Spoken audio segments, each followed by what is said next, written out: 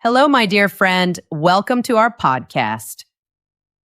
This is VUS Learning English. My name is Anna, and I am so happy you are here with me today. If this is your first time, welcome. We are so happy to have you. If you are coming back again, welcome back, my friend. It is wonderful to have you in our family. Today, we have a very special topic. It is a topic for every English learner. It is about a feeling of being stuck. Do you ever feel stuck with your English? You learn and learn, but you feel like you're in the same place. Today, we will talk about this feeling, and I will show you a new way, a better way to learn, a way to go from feeling stuck to feeling free, from feeling okay to feeling great. This is a journey from B1 to C2, but it is a journey without the pain, a journey with joy and with hope. Thank you so much for being here. Your time is a gift, and I am so grateful you choose to spend it with me. If you enjoy our time together, please think about helping our channel. You can tap the like button or the follow button. It is very easy and fast, and it helps our podcast find more wonderful learners just like you. Before we begin, I want to know about you. Where are you listening from today? Are you in your home? Are you walking outside? Are you on a bus or a train? And what country are you in? Are you in India? Or Malaysia? Or Ethiopia? Or Iran? Please tell me in the comments. I love to read about where our listeners are in the world. It makes me feel close to you. Okay, are you ready? Take a deep breath. Let's begin this journey together. I want you to listen to a sentence. You can understand this. You probably understand those words. You understand them easily. You watch movies in English. You read news in English. You listen to podcasts in English. You feel so close to being a good English speaker. But then it is your turn to speak, and something happens. You feel a little bit of fear. Your mind feels empty. The words are gone. You want to say something smart. You want to say something interesting, but you use the same simple words again and again. Good. Bad. Nice. The beautiful words you know are sleeping in your brain. They do not wake up when you need them. Does this feel like you? If it does, please know you are not alone. This is a very, very normal feeling. This feeling has a name. Some people call it the intermediate plateau. A plateau is a flat place on a mountain. You climb and you climb. And then you get to a place where you stop going up. You just walk, but you don't get higher. This is the plateau. This is the feeling of being stuck. And when you are here, you start to think things. You think, maybe I cannot do this. You think, getting to a high level is too hard. You think it will be years of boring study. You see grammar books, so many grammar books. You see long lists of vocabulary words, so many new words. And you think this is the only way. You think you must sit at a desk for many hours, alone, studying hard, feeling tired, feeling sad. My friend, I want to tell you something very important. What if that is not true? What if that is all wrong? The problem is not that you need to study harder. No. The problem is you're not using the right system. You're not using the right map for your journey. Imagine you want to build a house. A big, beautiful house. But the only tool you have is a small hammer. You can work very, very hard with that small hammer. You can work all day and all night, but you will not build a big house. It is not because you are not working hard. It is because you need different tools. Learning English is the same. The tools that helped you start learning are not the tools that will help you become a great speaker. In our time together today, I am going to show you a new way, a smarter way to learn. This way will help you fly from B1 to C2. It is about doing the right things at the right time, and it is a happy way to learn, not a painful one. This is a system that has helped many, many students, thousands of students. It helped them leave the plateau. It helped them break through the wall. And they finally became the English speakers they always wanted to be: fluent, confident, happy. So let's talk about this feeling of being stuck. It is one of the worst feelings for a language learner. It is so sad. It is like you are on a treadmill, a machine for running. You run and run and run. You are working hard. You are sweating. You are tired. But you look around and you are in the same room. You did not move. This is how the plateau feels. You study for months, but you feel like you are in the same place. You can understand people when they speak. You watch TV shows and you understand the jokes. You can read the news. Your understanding is good. But your speaking has not changed. It feels like your speaking is far behind. It is like having a big, beautiful library in your head. So many books, so many words and ideas. You can read them all. But when you open your mouth to speak, you can only use words from the children's section. Only the simplest words come out. This is the B1 and B2 plateau, and this is where many learners give up. They lose hope. They believe a myth. A myth is a story that is not true. The myth is that the journey to C1 and C2 is just more work. Longer, harder, more painful work. They think, it was so hard to get to this level. It must be 10 times harder to get to the next level. So they do more of the same things, the wrong things. They memorize long lists of words that are not connected. Just a list. They do difficult grammar exercises, page after page, and they just hope. They hope that one day everything will just click, like magic.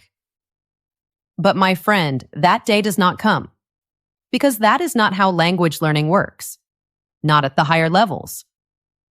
The truth is very different, and it is a happy truth. To get to a high level of English, you do not need to study harder. You need to study smarter. You need to change what you focus on. You need to change your tools. The way to get from A2 to B1 is different. It is different from the way to get from B1 to B2. And that way is different again from the way to get to C1 and C2. Each step of the journey needs a new map, a new focus, a new kind of practice. So what is this smarter system? I call it the speaking success system. And it is very, very simple. It has 3 main parts, like 3 strong pillars holding up a house. The 3 parts are discover, practice, and review. Let's say that again. Discover, practice, review. Let me explain each one. It is very easy. First is discover. This is when you find new language, new words, new phrases. But here's the important part. You do not find them in a list. You find them in real life, in context. Context means the situation around the word. It means you see how people really use the word. You notice how native speakers speak in real life. This is discover. Second is practice. This is the active part. This is where you do something. You take the new words you discovered and you use them right away. You do not just repeat the word. You make it your own. You say it out loud. You use it in your own sentence. You build it into your speaking. This is practice. Third is review. This is how you stop forgetting. This is how you remember the new words. It is a system to see the new language again and again at the right time. This moves the word from your short memory to your long memory, the memory you use automatically without thinking. This is review. This cycle: discover, practice, review. It is like an engine in a car that takes you on your journey. Discover, practice, review, again and again. But here's the secret. The fuel you put in the engine must change. The things you focus on must change at each level. What you discover, practice, and review for B1 is different from what you do for C1. This is the roadmap. This is the SMART system. And today, I will give you this map. I will walk with you step by step. Let's begin. Section 1. The B1 to B2 bridge, making your English active. Okay, let's talk about the first big step, going from B1 to B2. This is a very important step. This is where we build the foundation, the strong base for your English house. If you do this step right, the next steps become so much easier, 10 times easier. So, what is it like to be a B1 learner? Let's imagine a person. Maybe this person is like you. This person has a very big passive vocabulary. Passive vocabulary means the words you understand when you read or listen. You know thousands of words in your head. You have probably learned English for many years. You understand the main ideas of things you read or hear, things about normal topics like work or family or hobbies. You can watch a movie with subtitles and you feel like you know a lot. But your active vocabulary is very small. Active vocabulary means the words you can actually use when you speak. When you speak, you use the same simple verbs: get, go, have, make. You use the same simple adjectives: good, bad, nice, interesting. You can talk about your day. You can talk about your job. You can talk about your hobbies, your life. But then the conversation changes. Someone starts to talk about the economy, or about technology, or about science, a new topic. And you freeze. You feel that fear again. It is not because you have no ideas. You have opinions. You have thoughts. But you do not have the words. Your brain just stops. It is looking for the perfect word. Searching, searching, searching. And while you are searching for the word, the conversation moves on. Someone else starts talking. And you are left feeling quiet and sad and disappointed in yourself. Every conversation feels like a test, an exam, and you feel like you failed. You feel so tired after speaking English. This is the challenge at B1. So what is the goal? What do we want to feel at B2? The main goal to get to B2 is not about learning thousands of new words. It is not about making your library bigger. The goal is activation. Activation means turning on the lights in your library. It means taking all those words you already know and learning how to use them, how to say them. We want to make your speaking automatic. We want you to speak with confidence. We want to close the space between the words you know in your head and the words you can say with your mouth. Success at this step means you can speak more smoothly, with less stopping, less searching for words, on many different topics. It is all about building spoken fluency, making your speaking flow like a river. So how do we do this? We need a new mindset, a new way of thinking. The mindset shift is this: speak more, learn less. I know this sounds strange. It sounds backward. You're thinking, but Anna, I need more words. I need more vocabulary to talk about new things. And yes, you will learn new words, but that is not your main job right now. Your brain is already full of words. The problem is not putting more in. The problem is getting them out. The problem is access. So we change our thinking from a learning mindset to a training mindset. Think about a person who plays piano. They can learn about music theory. They can read books about pianos. That is learning. But to get good, they must sit and play the piano. Their fingers must touch the keys. Again and again, that is training. For you at this B1 to B2 stage, your job is to get your mouth moving, to build bridges between your brain and your mouth. So, how do we train? What is the best exercise? The most powerful tool for this stage is learning high-frequency chunks. Chunks. What is a chunk? A chunk is just a group of words. They are words that native speakers always use together, like they are one single word. They are like small, ready-to-use phrases. The grammar is already inside them. It is pre-packaged for you. Think about it. When a native speaker says, "How are you doing?" they do not think, "How?" Then "are?" Then "you?"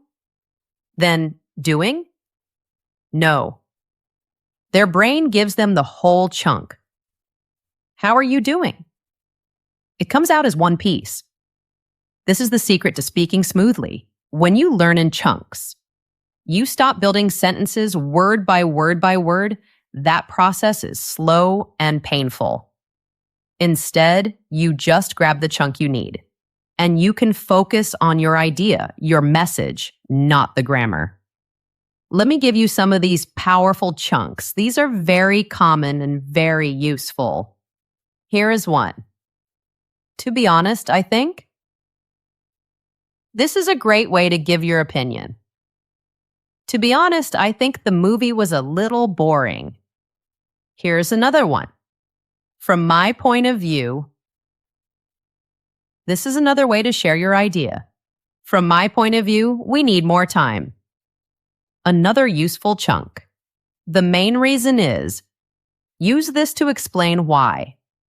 I was late today. The main reason is the traffic was bad. Here is a great one for discussions. On the one hand, but on the other hand.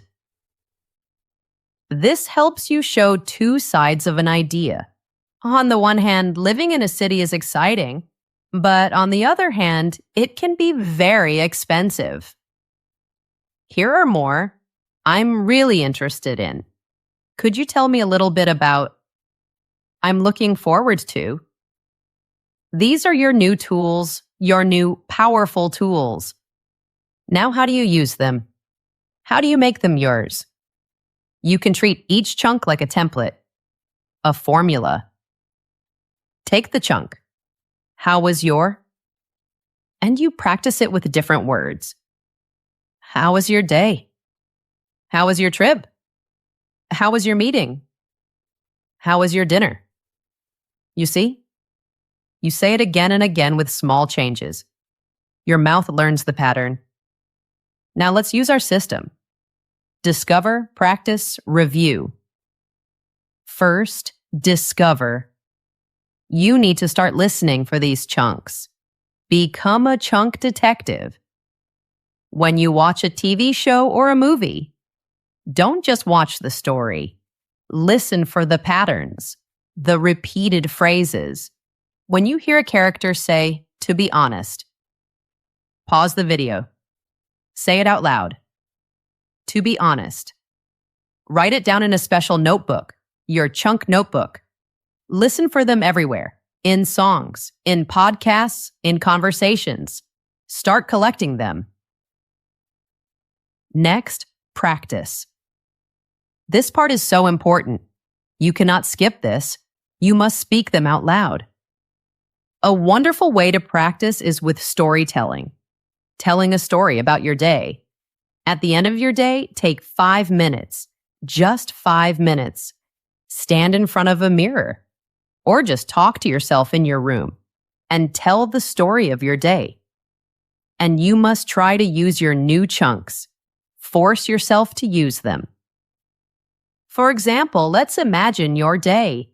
You can say, "To be honest, my day was a little stressful. The main reason is that my first meeting was very long. I'm really interested in the new project, but from my point of view, our team needs more help. I'm looking forward to the weekend." Do you see? You are weaving the chunks into your own story. This is how they become your words. It feels strange at first, but it is so powerful. Finally, review. You need to see your new chunks again. Keep your list of chunks for the week, maybe 5 or 10 chunks. You can write them in your notebook, or you can use an app on your phone like Anki or Quizlet. Every morning, read your chunks out loud. Create one new sentence for each chunk. The goal is to see them and say them so many times that they become automatic. You don't have to think about them anymore. They just come out. This is the way. This is how you build the bridge from B1 to B2. So let's make a simple list. The B1 to B2 do's and don'ts. Things to do and things not to do. Do speak in chunks. Make this your number one job, your main focus. Do practice with people online. Find a language partner. It can be less scary than talking to people in person. It's okay to make mistakes. It forces you to use the English you have. Do listen to things on new topics. Find a podcast about a subject you know nothing about, like space or history or cooking. Your goal is not to understand every word. The goal is to get comfortable with the feeling of not knowing everything, to be okay with a little confusion. Now, the things not to do. Don't stop in the middle of your sentence to correct yourself. This kills your fluency. It stops the river. If you make a small mistake, it's okay. Just keep going. Your goal is communication, not perfection. And one more. Don't just wait for thinking in English to happen by magic. You have to practice it. Actively talk to yourself in your head. When you are walking to the kitchen, think in English. Okay, now I am walking to the kitchen. I'm going to make a cup of tea. I feel a little tired. It feels a little silly at first. But you are building new roads in your brain, new pathways for English. By focusing on activating the English you already have, by using these powerful chunks, you will build real spoken fluency. You will stop feeling stuck, and you will start to feel that you are moving forward again.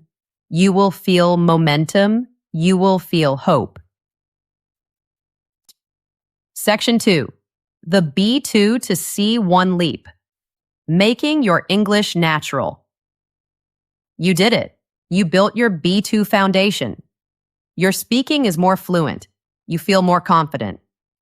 Now you enter a new part of the journey, a new stage. You can communicate. You can have most conversations. But now the goal changes. It is not just about communicating anymore. It is about being more sophisticated, more elegant, more natural. Welcome to the great B2 plateau. This might be the hardest part of the whole journey. You worked so hard. You saw big, fast improvements. And then it feels like everything stops. Your progress feels so slow. What does this B2 plateau feel like? It feels like you can talk about almost anything. But your language feels a little strange, a little bit off. It works. It is functional, but it does not sound natural. Native speakers understand you, but sometimes when you choose a word, they look a little confused. For example, you might say, "This coffee is very powerful." They understand you. They know you mean the coffee is strong, but powerful coffee sounds a little weird to them. Or you might say to a friend, "I am very happy for your new job." This is correct grammar, but a native speaker would probably say something different, like, "I'm so thrilled for you," or "That's fantastic news about your job." You also have some old mistakes that have become habits. They feel like they are stuck to you. Some people call these fossilized errors. Maybe you always forget to add the S for he, she, and it. You say, "He go to work," instead of "he goes to work." You know the rule in your head. But when you are speaking fast, the old mistake just comes out. You feel trapped by your own habits. It is very frustrating. So, what is the goal for C1? The main goal for the B2 to C1 leap is to sound natural. It's about moving from "people understand me" to "people are impressed by my English." It is about learning the small details, the nuance, the different ways to say things. We are aiming for flexibility. Flexibility is the ability to say the same idea in many different ways, for different situations. So we need another mindset shift, a new way of thinking for this new stage. At the B1 to B2 stage, the mindset was speak more, learn less. Now it changes. The new mindset is listen deeper, speak with precision. It is time to stop being happy with good enough. You need to become a detective of details. You need to listen with a critical ear. That means you listen for the small differences. When you listen to a native speaker, ask yourself questions. Why did they say the word devastated instead of just sad? Why did they say, "I'm not entirely convinced" instead of "I don't agree"? These small choices are where the beauty of advanced English lives. This is where the magic is. So, what is the core tactic for this stage? What is our new powerful tool? If chunks were the key for B2, then collocations are the key that unlocks the door to C1. Collocations, that might be a new word, but the idea is very simple. Collocations are words that are friends. They love to be together. They are word partners. They are the reason strong coffee sounds right and powerful coffee sounds strange.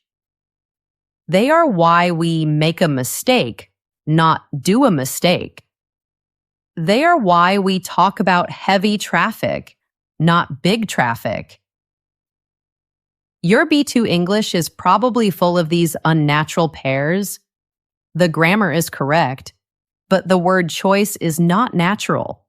Learning collocations, these word partners, is the fastest way to sound more natural. Let's look at an example. A B2 learner wants to talk about a surprise. They might say, "It was a very big surprise." This is fine. People will understand, but it is basic. A C1 speaker who knows collocations might say, "It was an utterly shocking surprise." Or, "It came as a complete surprise." Complete surprise is a strong collocation, a natural word partnership. Let's try another one. A B2 learner talks about a funny movie. They say, "The movie was very funny." Again, this is correct, but it is simple. A C1 speaker might say, "The movie was absolutely hilarious." Absolutely hilarious is a powerful collocation. It is more expressive. It sounds more natural. It shows a higher level. Do you see the difference? It is a small change, but it has a big impact. So let's use our system for collocations. Discover, practice, review. First, discover. You cannot learn collocations from a list. Just memorizing a list of word partners does not work well. You must find them in the real world, in authentic English. This means it is time to change your listening and reading materials. It is time to upgrade your input. Stop listening to podcasts made for English learners. Yes, maybe one day you will stop listening to this one too. And I will be happy for you. Start listening to podcasts for native speakers. Podcasts about topics you love. Science, art, business, comedy. Listen at their normal, natural speed. Stop reading graded readers or simple books. Start reading articles from real newspapers like The New York Times or The Guardian. Or read blogs by writers in your area of work. As you read and listen, become a collocation hunter, a word partner detective. When you see a verb, look at the noun that comes after it. For example, you read the words, reach a conclusion. Reach and conclusion are partners. That is a great collocation. Keep a special notebook just for collocations. A collocation journal. When you find a new one, write it down. Write the whole phrase, like heavy traffic. Write the sentence where you found it. And write a small note about what it means. This is your personal collection of natural language. Next, practice. When you find new collocations, you must use them. Use them as soon as you can. A great way to practice is through discussions or debates. Take a topic. For example, social media is more bad than good. And try to make an argument. Try to use your new collocations. You could say, "I firmly believe that social media has a profoundly negative impact on our minds. While some people might raise the point that it connects us, I think that is a gross oversimplification." Wow. Firmly believe. Profoundly negative impact. Raise the point. Gross oversimplification. These are all advanced natural collocations. When you use them, you are practicing C1 level English. Finally, review. Your collocation journal is your best friend on this part of the journey. Read it often, but do not just read it. You must say the collocations out loud. Create new sentences with them. Give yourself a small challenge. Today, I will use 3 new collocations in a conversation. This makes your learning active. This is also the time to work on your old, stuck mistakes. Your fossilized errors. How do you fix them? The best way is to get feedback. But it can be hard to find a teacher to correct you all the time. So here is something you can do yourself. Record your own voice. It can feel scary, I know, but it is so helpful. Just speak for 2 minutes about any topic. Your day, your hobbies, your opinion on something. Then listen to the recording and write down everything you said, word for word. This is called transcribing. You will be surprised. You will see the small mistakes you make again and again, the mistakes you do not notice when you are speaking. You can even take your text and paste it into an AI tool like ChatGPT. And you can ask it a question. You can say, "Please correct this text to sound more like a native speaker. Please explain the changes." This gives you personal feedback anytime you want. It is a very powerful tool for this stage. So the do's and don'ts for the B2 to C1 leap. Do listen to and read real, authentic, native level English every day if you can. This is the most important thing. Do become a hunter for collocations. Notice them, write them down, and use them. Make this your main way of learning new vocabulary. Do record yourself and analyze your own speaking. Find your stuck mistakes and work to fix them. Now, the things not to do. Don't just memorize lists of single words. A word without its partners is not very useful at this level. Context is everything. Don't stay in the good enough mindset. Always be curious. Push yourself to say things in a better, more precise, more natural way. Don't use the easy word. Search for the better word. This step of the journey is all about refinement, making things better, cleaner, more beautiful. It is a challenge, but it is so wonderful when you start to hear yourself speaking and you sound more and more like the advanced speaker you want to be. Section 3. The C1 to C2. Polish, becoming a master. You have come so far. You reached C1. This is an amazing achievement, a huge success. You are an advanced English speaker. You can talk about almost anything. You can discuss complex, difficult topics. You are fluent. So, what is left? What is the difference between a C1 speaker and a C2 speaker who is almost like a native speaker? The difference is small, it is subtle, but it is also very deep. It is the final 5%. It is the polish. Imagine a beautiful piece of wooden furniture. At C1, the furniture is built, it is strong, it is functional. The journey to C2 is about sanding the wood until it is perfectly smooth. It is about adding the final coat of polish until it shines. The challenge at C1 is that your mistakes are not easy to see. People do not correct you anymore. But you still have a feeling. A small feeling that there is a little space between you and a native speaker. Maybe you use an idiom, a special phrase, but it is a little bit wrong. Maybe your tone of voice does not perfectly match your words in a difficult social situation. A native speaker might give you a polite smile when you say a strange phrase. And you know something was not quite right, but you don't know what it was. Your English is excellent, but it might be missing a special, effortless feeling, a kind of flair.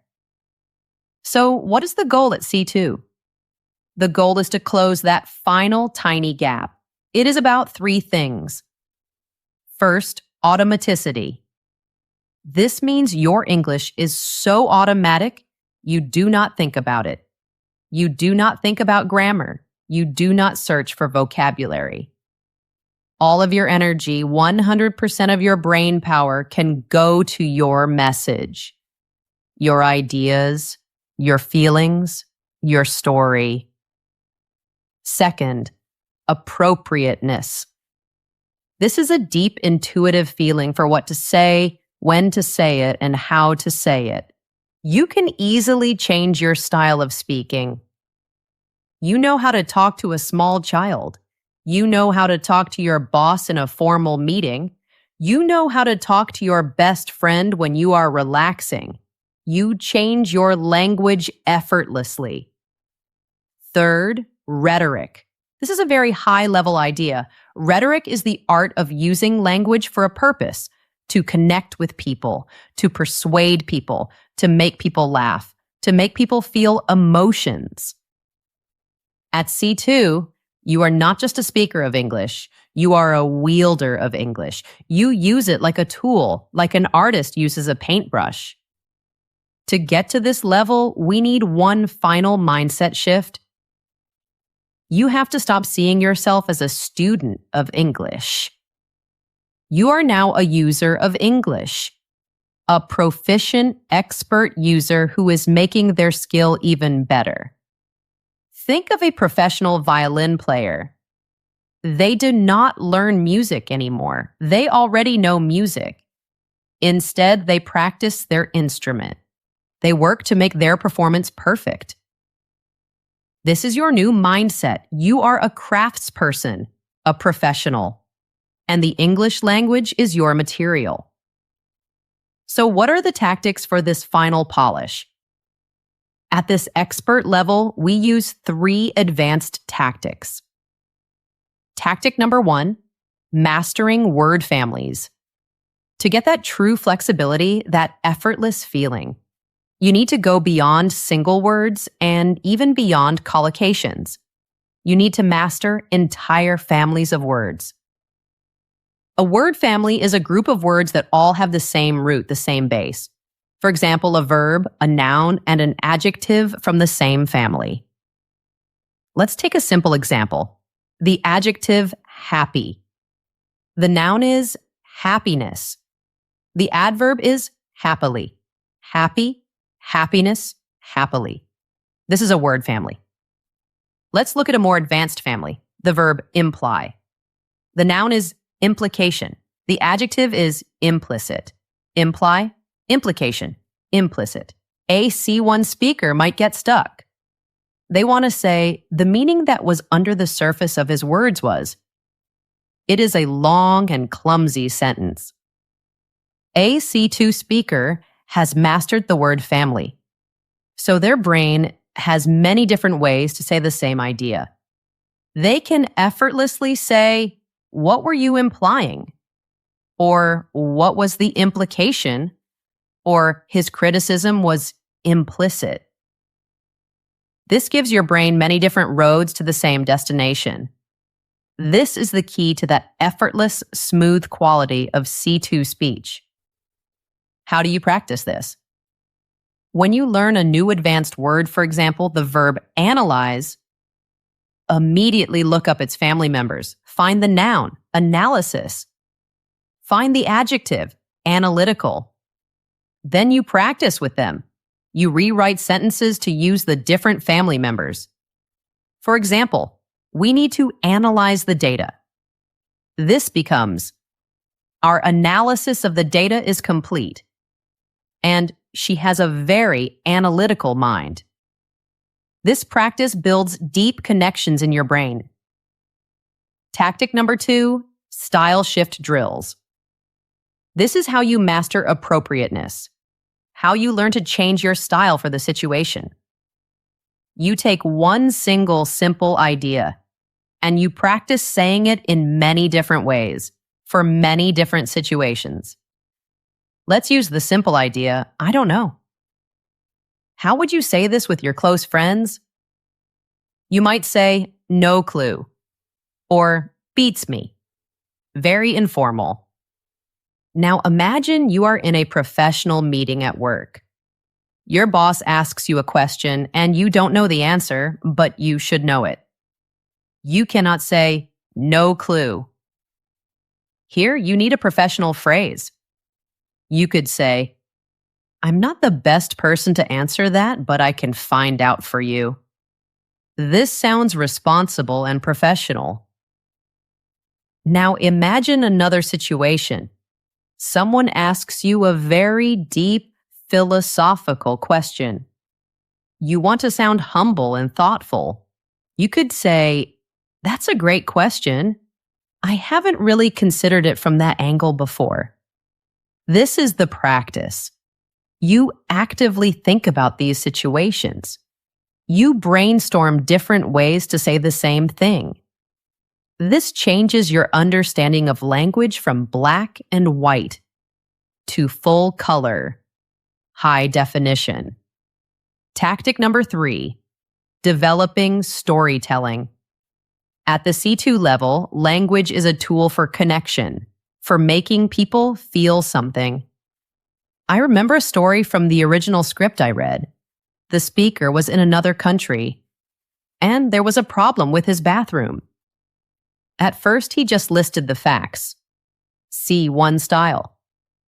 The tiles are not straight. The water is leaking. The worker became defensive. He was not happy. Then the speaker changed his style.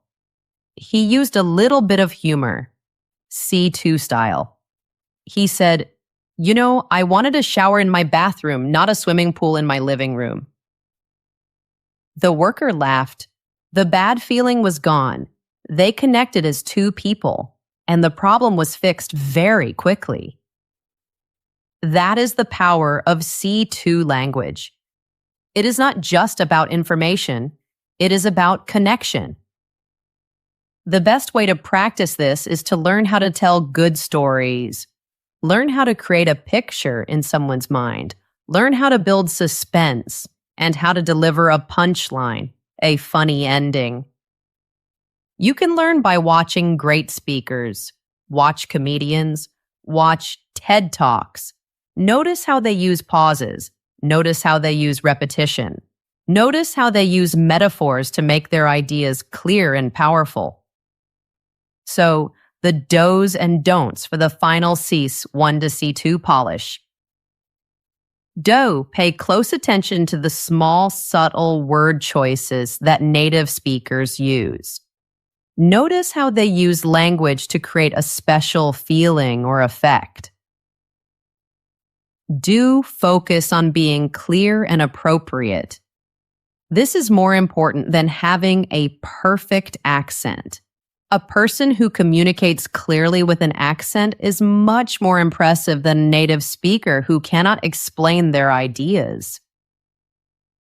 Do learn to use things like humor and irony, but practice them in safe places first, with friends who understand you are learning. Now, what not to do? Don't worry too much about learning a lot of slang. Slang changes very fast. And if you use it wrong, you can sound like you are trying too hard. It is better to focus on timeless, sophisticated, elegant language. Don't be afraid to be complex. Don't simplify your ideas. Be bold. Use all the beautiful vocabulary you have learned.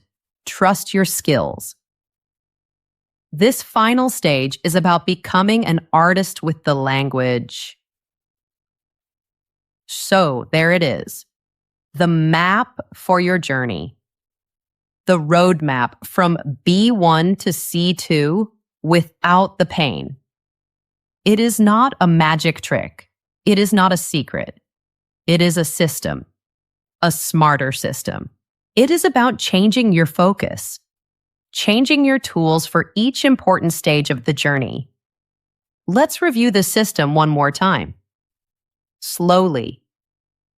At the B1 to B2 bridge, your main job is activation. You are waking up the English you already know. You use high-frequency chunks to build your spoken fluency, to make your speaking flow. At the B2 to C1 leap, your main job is naturalness. You want to sound more like a native speaker. You do this by mastering collocations or word partners. This makes your language more precise and natural. And at the final, C1 to C2 polish, your main job is automaticity and nuance. You are becoming a master, an artist. You master word families and learn to shift your style. You become a true craftsperson of the English language. And through all these stages, what is the engine? The engine is the discover, practice, review cycle. You discover new language in the real world. You practice it by speaking it out loud. You review it so you never forget it. But as you saw today, the what is so important. What you choose to discover, practice, and review changes everything. Getting to a C2 level is not about pain. It is not about boring study. It is about smart, focused, and consistent practice. It is a journey you take one step at a time, day by day. My dear friend, you are not stuck. You were never stuck. You just needed the right map. And now you have it. You can do this. Thank you so much for spending this time with me today. We have talked about a long journey from B1 all the way to C2. We learned that the secret is to change our focus at each step. From activating our words with chunks, to sounding natural with collocations, to becoming an artist with the language. Please remember, this is a journey. It is not a race. Learning a language takes time. It takes patience, and it takes kindness to yourself. Be kind to yourself every day. Celebrate your small wins. Every new chunk you learn, every new collocation you use, every time you are brave and you speak. You are doing a wonderful job. Just keep going, one step at a time. Thank you again from the bottom of my heart for listening. If this episode was helpful for you, please think about giving it a like or subscribing to our channel. It helps us grow and reach more learners around the world. And I would love to hear from you. Please leave a comment below. Tell me your current level. Are you B1, B2, or C1? And tell me one thing from this episode that you will try this week. Will you start a chunk notebook? Will you become a collocation hunter? Will you try recording your voice? I would love to read your plans. Let's start this journey together. Thank you, my friend. Keep learning, keep shining. See you next time, my friend.